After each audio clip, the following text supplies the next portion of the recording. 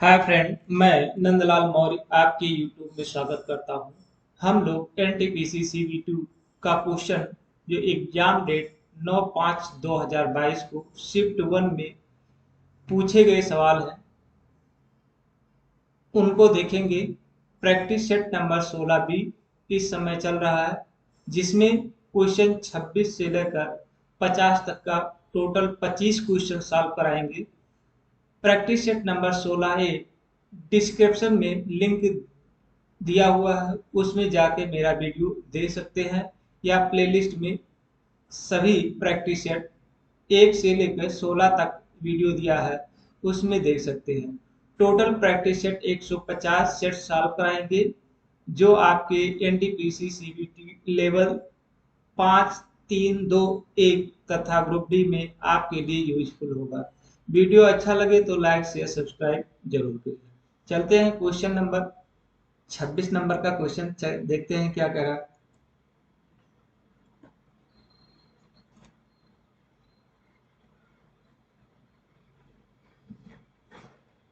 लिखा, एक समूह में 5 लड़कियां हैं। प्रत्येक लड़कियां एक समूह में 5 लड़कियां हैं, प्रत्येक की लंबाई अलग अलग है। यच केवल ई से छोटा है।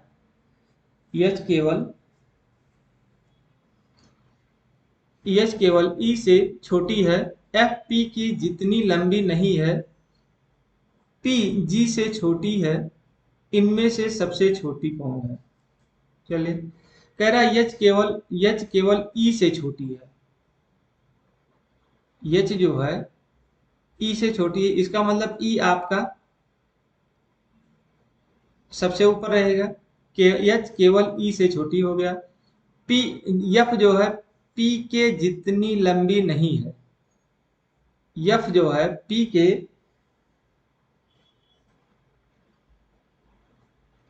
के जितना लंबा नहीं है। यफ जो है पी, इसका मतलब इतना लंबा नहीं है। पी जी से छोटा है। पी जो है जी से छोटा है, तो जी ऊपर कर दीजिए। अब इसको रख दीजिए इसमें। एच जी पी एफ, इस तरह से आप रख देंगे। तो कह रहा है इनमें से कौन सबसे छोटा है, तो सबसे छोटा आपका यफ है। ऑप्शन नंबर दूसरा सही है। नेक्स्ट क्वेश्चन, यहाँ पर लघु महत्तम समापवर्तक निकालना है, एचसीएफ निकालना है 245, 175 और 385 का। इसको निकालते हैं। 245, 175 और 385 का एलसीएम लेते हैं। किसे काटेंगे? सबसे पहले 5 से काट देते हैं, तो ये कटेगा। 5 चौक 20 और 5 9 45, 5 3 15, 5 25, तो वहां से कटेगा 5 7 35, 5 25, अरे 5 7 35 भी हो जाएगा। अब यहाँ 7 से काट दीजिए। 7 7 49, 7 5 35, 11 7 77, तो आपका कटा किसे? 5 और 7 से, तो 5 गुणे 7 बराबर 35। हम इस तरह से निकाल सकते हैं। ऑप्शन नंबर आपका दूसरा सही है। नेक्स्ट क्वेश्चन, जो संख्या पूरी पूरी विभाजित हो उसी संख्या को लेना है। जो बच जाए, जो किसी जब जब ये देखिए कि इसमें से कोई कॉमन नहीं हो रहा है, तो आप वहां स्टॉप छोड़ दीजिए, तो आपका हो जाएगा 5 और 7। ऐसी संख्या है जो पूरा पूरा सभी को डिवाइड कर दे रहा है, तो हाईएस्ट कॉमन फैक्टर हो जाएगा 35।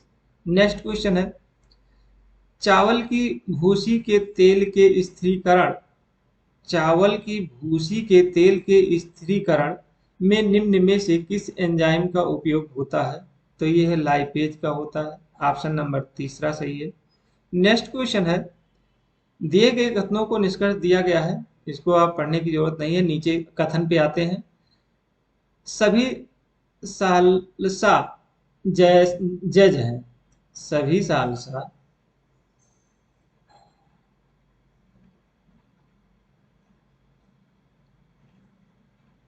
सालसा क्या है?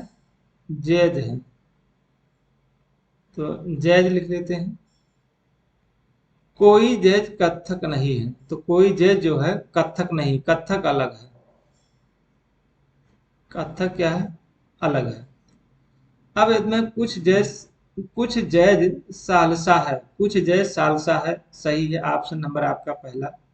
कोई सालसा कत्थक नहीं है, तो बिल्कुल नहीं, क्योंकि कत्थक और सालसा अलग है। तो ऑप्शन नंबर आपका दोनों सही हो रहा है, चौथा आपका सही है। दोनों निष्कर्ष पालन कर रहे हैं। नेक्स्ट क्वेश्चन पे चलते हैं। दोनों आपका निष्कर्ष सही है। नेक्स्ट क्वेश्चन,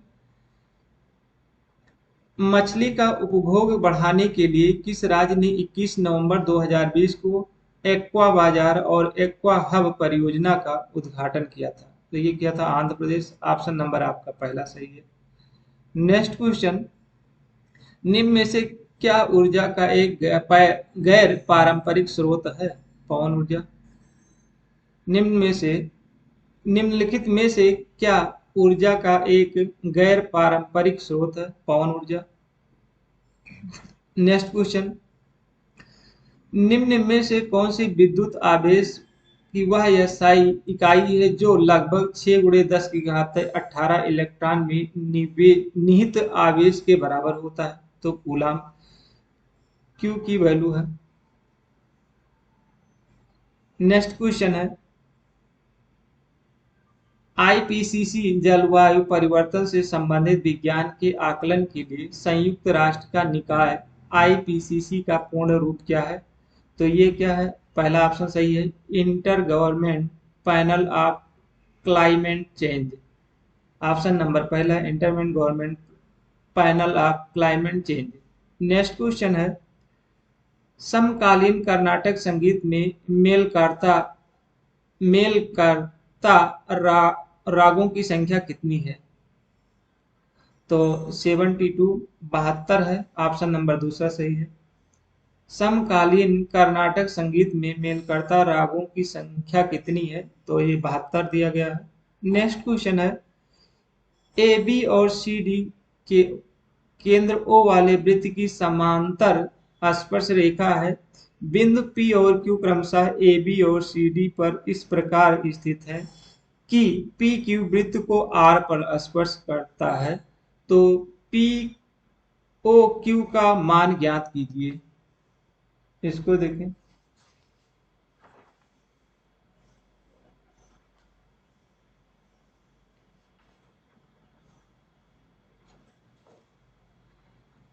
लिखा ए और ए बी,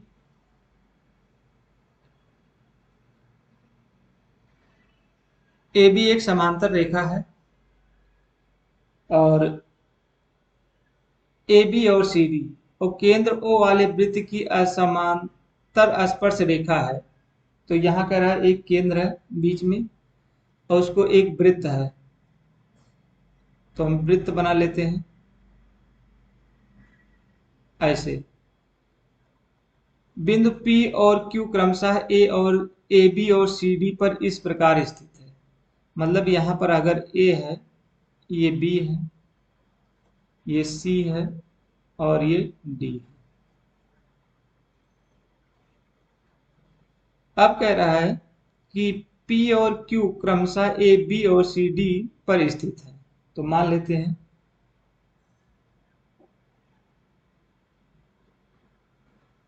यहाँ कहीं स्पर्श, एक दूसरे को स्पर्श कर रहे हैं, ये यहाँ से कर रहे हैं। एक मिनट, वृत्त नहीं बन पाया सही से, वृत्त बनाते हैं। तो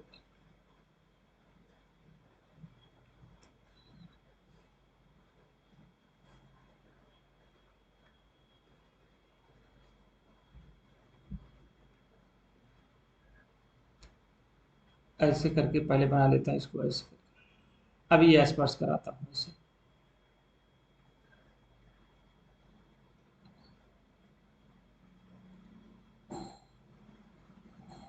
ऐसे स्पर्श है। कह रहा है P जो और Q है, P और Q वृत्त को R पर स्पर्श करती है। कहाँ स्पर्श करती है? यहाँ आर पर स्पर्श कर रही है, यहाँ कहीं टच कर रही है, यहाँ पर आर पर स्पर्श कर रही है, तो इसको ऐसे मिला दीजिए। तो हमको कह रहा है पी ओ क्यू का मान ज्ञात कीजिए।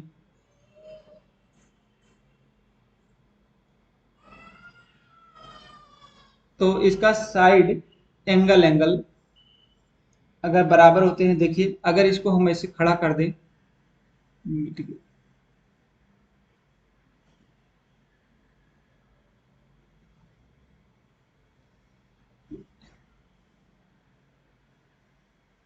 वृत्त नहीं बन पा रहा है, फिर से करते हैं इसमें।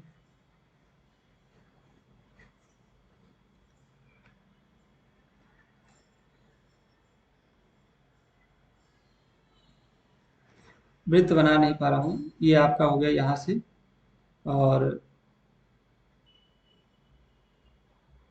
एक दूसरे को ये स्पर्श कर रही है ऐसे करके, और ये किसी एक पर ये टच कर रही है, यहाँ ऐसे ऐसे मिला देंगे तो ये क्या है, ऐसे टच कर रही है इस पे, ये जो आर है आपका दिया है और ये वो इस तरह से। अब क्या कह रहा है, अब इसमें ये देखा जाए, ये आपका क्या है 90 डिग्री, ये 90 डिग्री है। तो 90 डिग्री अगर ये है तो ये एक दूसरे को परपेंडिकुलर है, क्या कहें, एक दूसरे के परपेंडिकुलर है। और ये त्रिज्या आपका जितना दूरी ये है और उतनी दूरी ये भी है, तो ये एक दूसरे को बाई इंटरसेक्ट कर रही है, तो हम कहते हैं साइड एंगल बाई एंगल हो जाएगा। इसका मतलब ये जितना है उतना ये भी है। तो ये देखिए ये 90 डिग्री है, तो ये आपका 45 है और ये भी 45 है, ये 45 है।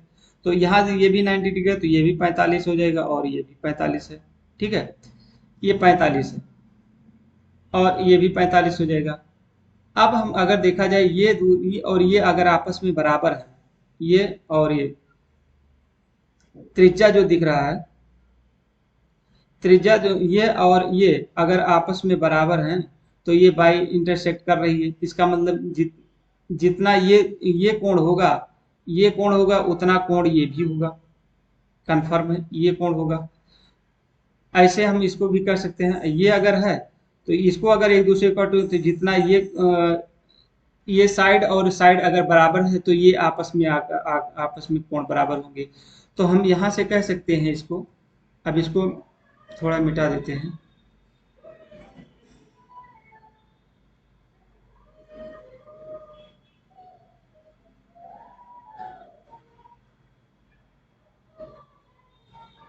इसको ऐसे मिला दीजिए। अब देखिए ये जब हो जाएगा तो ये कंफर्म हो गया कि ये 45 है, ये भी 45 ही है और ये भी 45 ही है।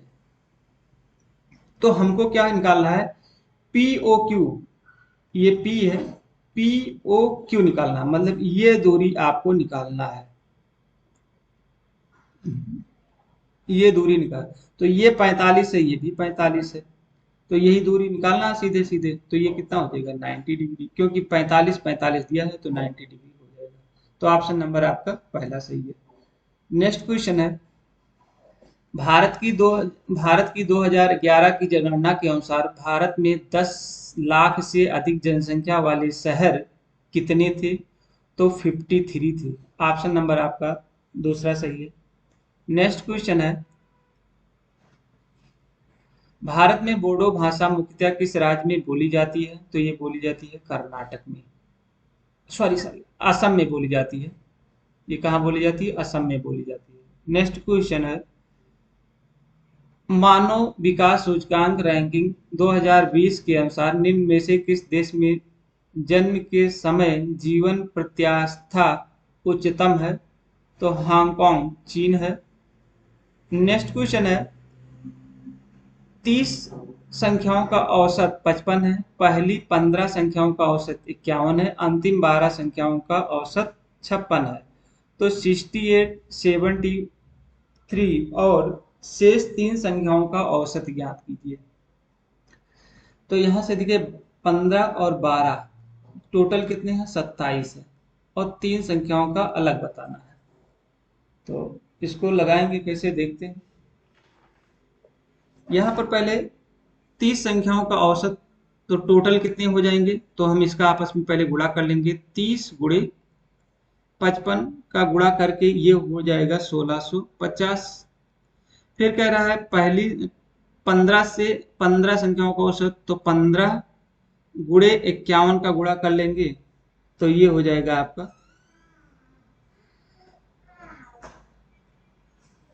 5 और 55 25, 1 5 5 6 7, ये आ जाएगा गुणा करने में 765 आ जाएगा।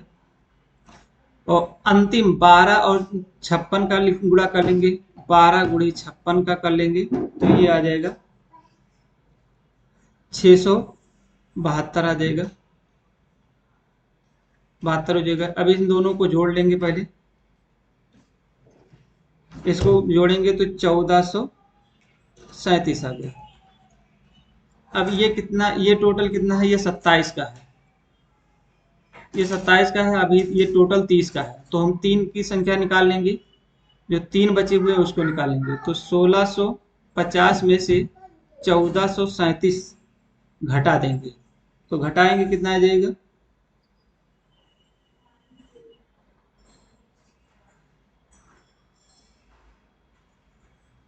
3 हो गया, और यहाँ हो जाएगा 4, 1 हो गया, और ये 2 हो गया। तो 3 संख्याओं का औसत जो दिया है,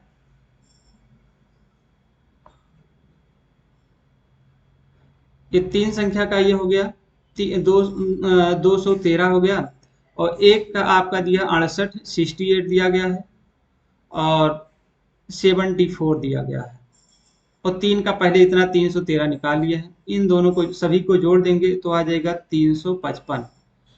तो कह रहा है दो संख्या ये और 3 ये संख्याओं का औसत बताइए, तो टोटल कितना हो गया, 5 हो गया। 5 से भाग दे देंगे, 5 सते 35 और 5 करने 5, तो कितना आ गया 71। ऑप्शन नंबर आपका दूसरा सही है। नेक्स्ट क्वेश्चन, किसी वस्तु के अंकित मूल्य और क्रय मूल्य का अनुपात 5 और 3 है। यदि वस्तु का विक्रय मूल्य 3024 है तथा दुकानदार इस पर 16% और 20% की दो क्रमागत छूट देती है, तो लाभ हाँ या हानि कितनी है। तो इसको देखेंगे कैसे सॉल्व किया है।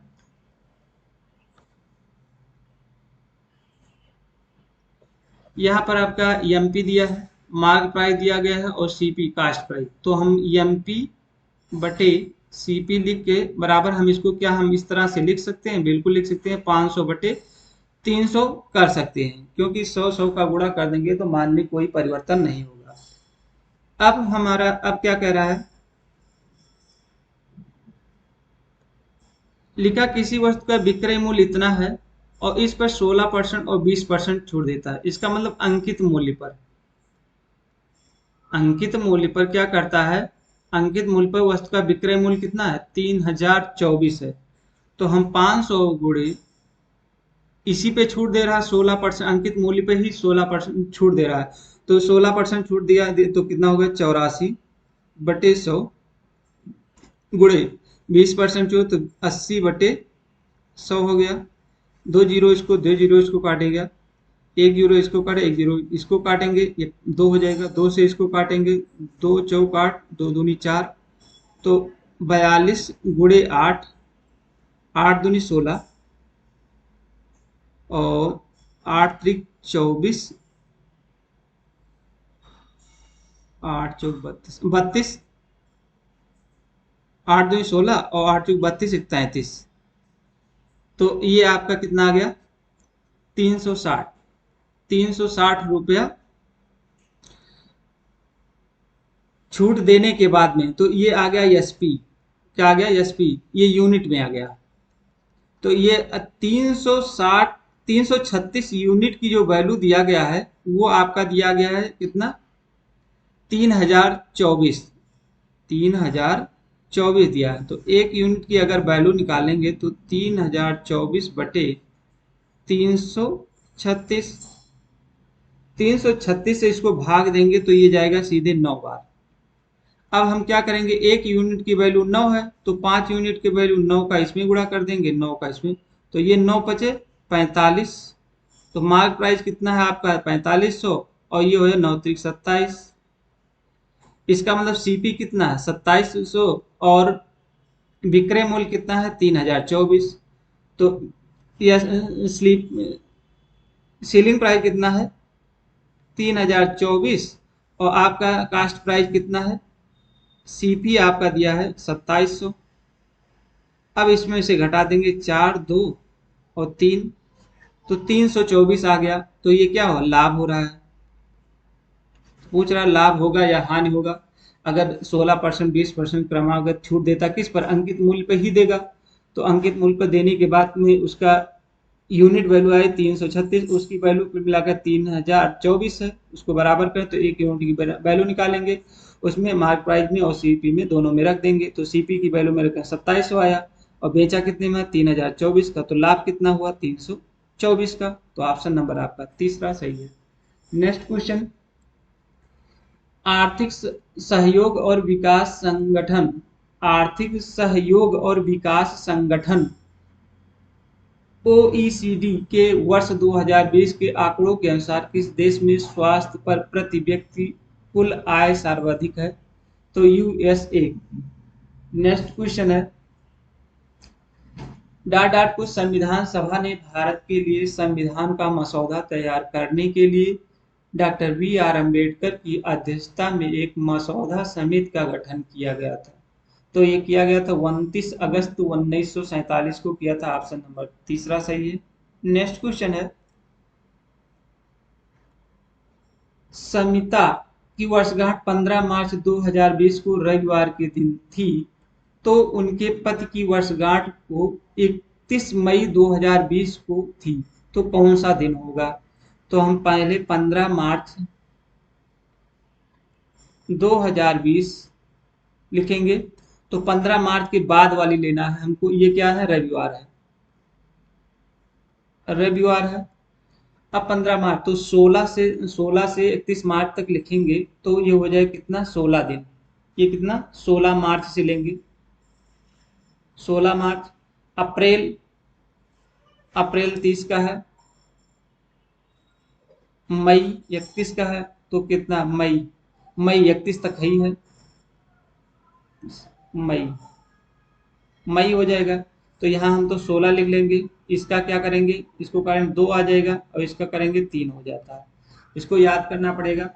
अगर 30 है तो 2 लिखते हैं 3 क्योंकि आप जो शेष बचता है जैसे 30 में अगर इसको भाग देंगे 7 चौक 28 3 से कट जाए इसको भाग देंगे तो 3 बचता है। तो इन सभी को जोड़ देंगे तो 6 2 8 3 11 और 2 21 कितना आया 21। अब 7 से इसको डिवाइड कर दीजिए तो पूरा पूरा डिवाइड हो गया 0।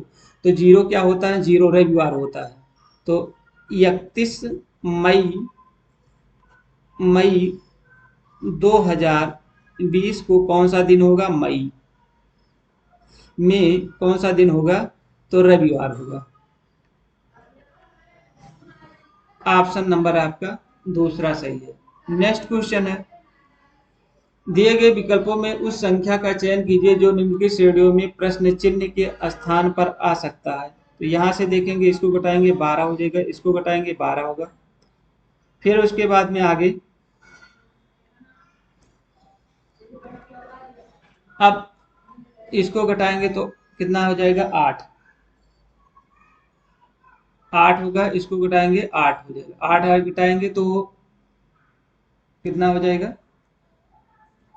14 में से 8 गई 8 6 14 4 ये हो जाएगा 46। फिर इसको घटाएंगे तो 4 होगा और इसको घटाएंगे तो 4 हो जाएगा।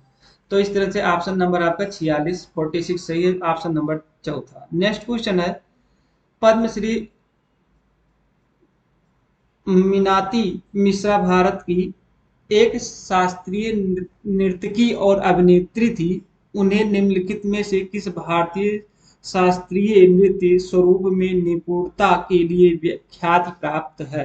तो ओडिसी। नेक्स्ट क्वेश्चन है यहाँ देखेंगे सबसे सरल आइडिया है कि इस मान में रख दीजिए 3x + 2y = 13।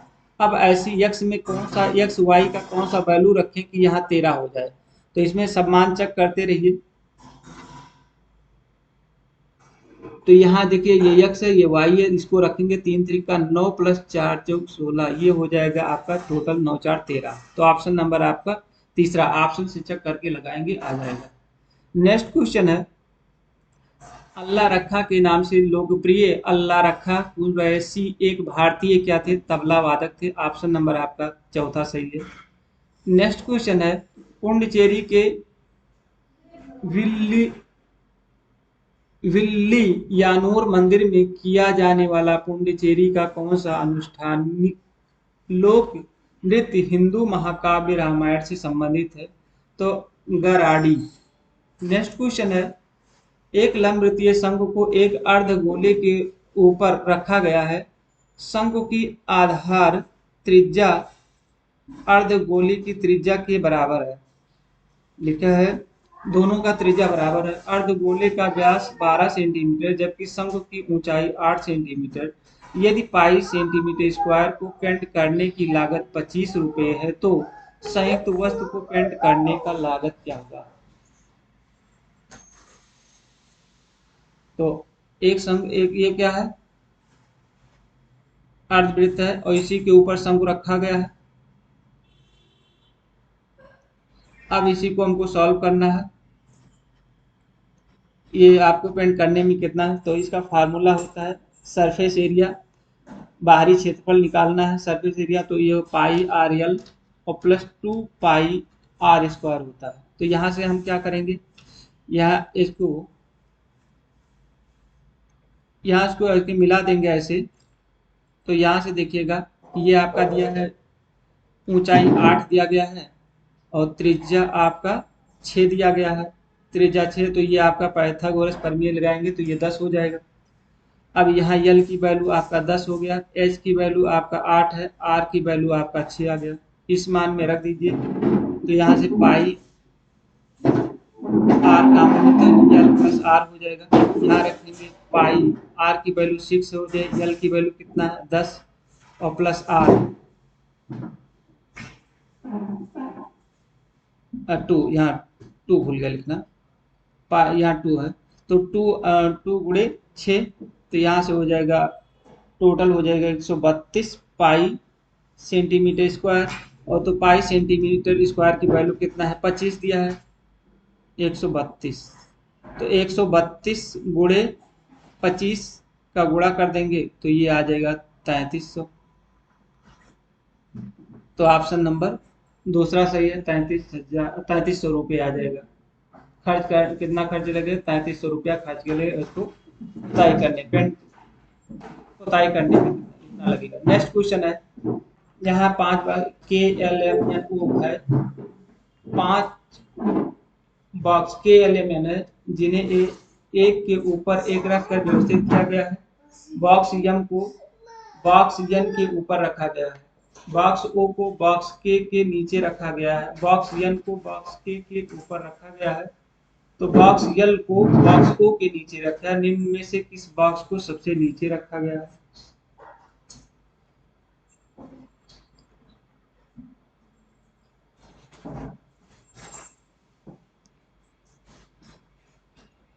तो यहाँ हम ऐसे ना रखें, हमको वृत्त की तरह बना लेते हैं।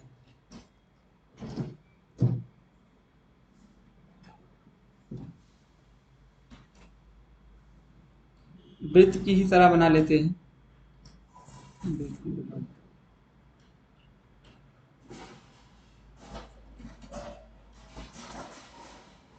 चलिए यहाँ पर देखा है बॉक्स यम को बॉक्स यन के ऊपर रखा गया है, तो यन के ऊपर यम रखा गया है। बॉक्स ओ को बॉक्स के नीचे रखा गया है, के नीचे रखा गया है, तो के नीचे रखा गया है। बॉक्स यन को बॉक्स के ऊपर रखा है, के ऊपर रखा गया है। यन को